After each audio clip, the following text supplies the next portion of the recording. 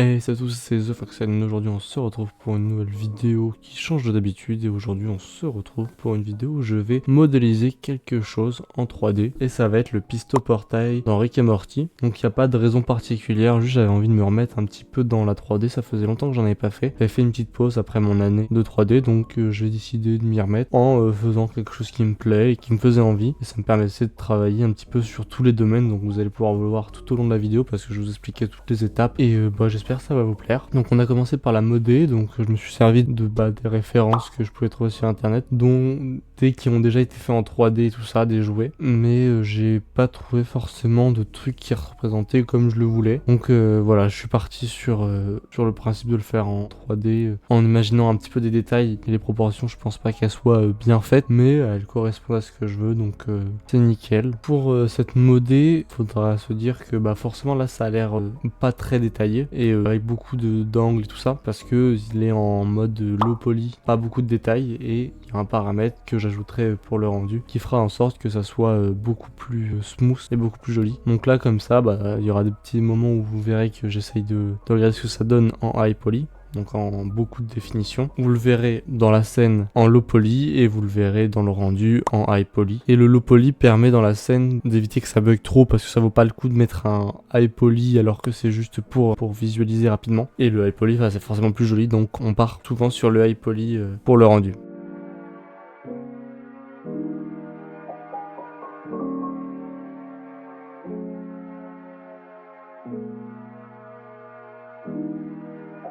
Ensuite, pour le portail, vous savez, il y a une sorte d'alimentation qui permet de faire en sorte que le portail se projette dans le petit dôme en haut du portail. Et je me suis dit que pour tenter un truc, pour que ça fasse un peu plus organique, je vais emmener mon projet sur ZBrush, qui est mon logiciel de sculpt. Et j'en fais quasiment jamais parce que je suis pas très bon en sculpt, mais j'avais envie de tenter pour que ça soit le plus joli possible. Donc je l'ai fait et je suis assez content de ce que ça rend. C'est ce que je voulais. Ça rajoute vraiment un côté très organique.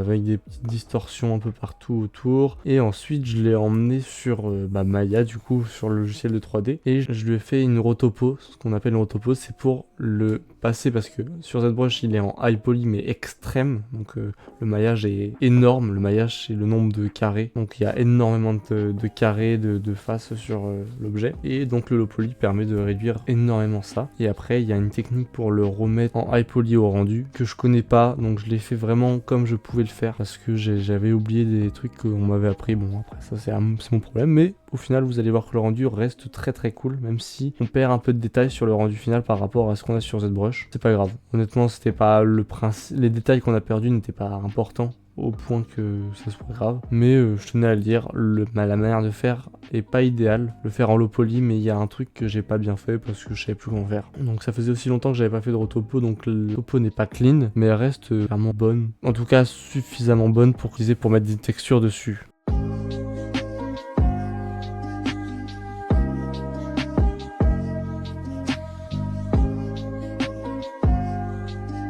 Ensuite je suis passé aux textures du Pisto Portail, donc très simple, honnêtement j'ai utilisé les mêmes couleurs que ce que je pouvais trouver sur le vrai pistolet. Il y a juste au niveau, comme vous pouvez voir au niveau du dôme et au niveau des projecteurs devant, j'ai mis du vert. Alors je sais pas si c'est comme ça, mais je sais que à la suite, quand je vais devoir mettre de la couleur, de la lumière qui sort, ça sera beaucoup plus joli si le fond est vert. Donc j'en ai profité pour mettre ça en vert et ça rend très bien, et vous allez voir que ça va rendre très bien. Et j'ai aussi mis sur le petit écran, il y a marqué quelque chose, et je crois, alors j'ai regardé la série tout ça, mais précisément je pourrais pas vous dire, mais je crois que leur univers de ce qu'on regarde, c'est le C137. Donc là sur la truc, j'ai mis C137 parce que j'ai vu que sur beaucoup des modèles c'était marqué ça, donc je me suis dit que c'était ça qu'il fallait mettre, et je trouve ça très cool. Donc pour importer bien l'image avec un peu le dégradé de rouge, je l'ai emmené sur Photoshop avec les bonnes dimensions, et après je l'ai ramené sur Substance Painter pour pouvoir l'intégrer, et vous pouvez voir que ça rend très bien et ça correspond à ce que je voulais. Et ensuite je suis passé à la modélisation de l'objet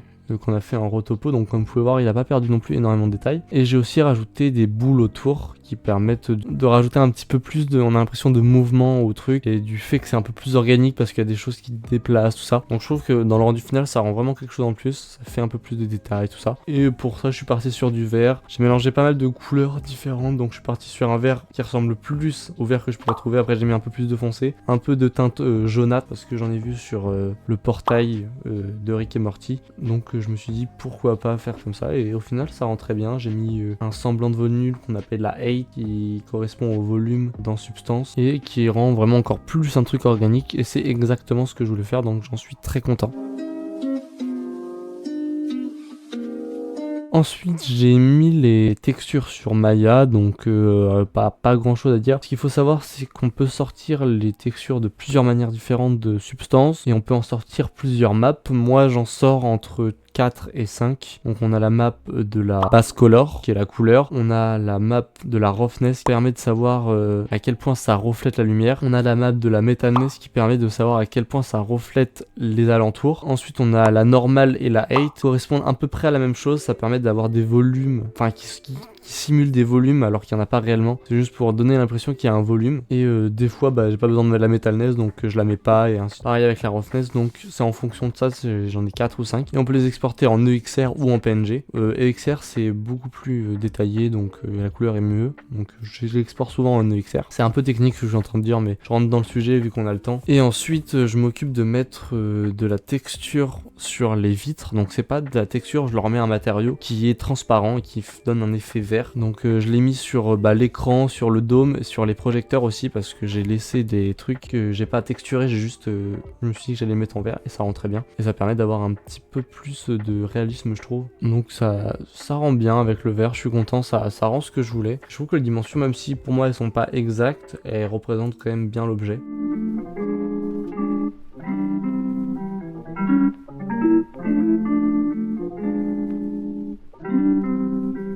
Après avoir fait ça, vous allez pouvoir voir que j'ai mis les lumières qui sortent du pistoportail. Donc il va y en avoir plusieurs. Il y a celle qui vient du dôme forcément, donc qui vient de la zone verte que j'avais coloriée sur Substance Painter. Il y a celle qui sera dans le truc un peu organique. Donc je lui ai mis un effet un peu transparent sur le truc organique pour que la lumière puisse traverser. C'est très léger, hein, mais c'est pour que la lumière soit transmise aussi par le truc au milieu. Ensuite j'ai mis de la lumière au niveau forcément de l'écran. Donc j'ai mis une lumière un peu rougeâtre pour que ça puisse représenter un peu plus ce que j'avais vu dans mes références. Et j'ai mis de la lumière sur les projecteurs, les 3 projecteurs à l'avant. Je les ai mis verdâtres, les lumières des projecteurs et du dôme, parce que c'est exactement ce qu'il fallait que ça rende en fait. C'est comme ça dans les rêves que j'ai eu. Et après j'ai fait hors caméra parce que c'était quelque chose qui prend un peu plus de temps. J'ai mis des lights aux alentours pour faire l'environnement, et il faut savoir que pour les lights de fond, dans l'idéal on peut en avoir besoin que de 3, donc qui tournent un petit peu autour pour qu'il y ait le moins d'ombre possible sur l'objet. Donc il y en aura toujours un peu en fonction de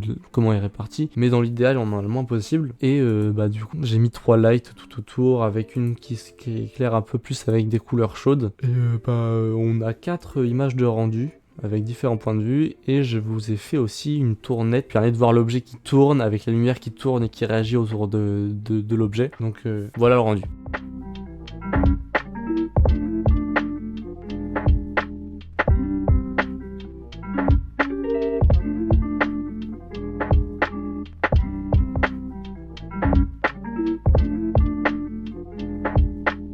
Donc comme vous pouvez voir, plutôt simple en soi, il n'y a pas d'extravagance sur le rendu. J'ai mis un fond un petit peu bleuté parce que je trouvais que ça rendait bien et ça faisait ressortir un peu plus l'objet. Et pour la tournette, la lumière réagit très bien autour de l'objet, et ça c'est ce qu'on rend la plupart du temps pour présenter un objet. Ça permet de le montrer rapidement, et on peut voir rapidement s'il représente ce qu'on veut parce que ça fait le tour, on peut mettre pause à tout moment. Pour faire cette image, je suis à 120 frames, et voilà, je vous laisse apprécier. J'espère que l'objet vous a plu. En tout cas moi c'était un objet qui était à la fois simple, à la fois qui me permettait de me remettre dans le bain sur tout, parce qu'il faut se dire que ZBrush j'en ai fait quand même très peu l'année dernière, mais c'est quand même des choses qui sont utiles. La rotopo j'en ai fait quasiment pas fait, j'ai fait des lights, j'ai fait du texturing, j'ai fait de la modé, donc ça m'a permis de me remettre dans tout ce que je pouvais faire. J'ai fait aussi de l'animation forcément avec ça, bon c'était de l'animation super simple, mais ça m'a permis de refaire des rendus, et je suis assez content d'avoir fait ça, et je voulais vous partager parce que ça me fait toujours plaisir de partager avec vous que je fais, surtout que c'est un objet que j'apprécie et qui fait fait référence aussi à mon tout premier projet de cette année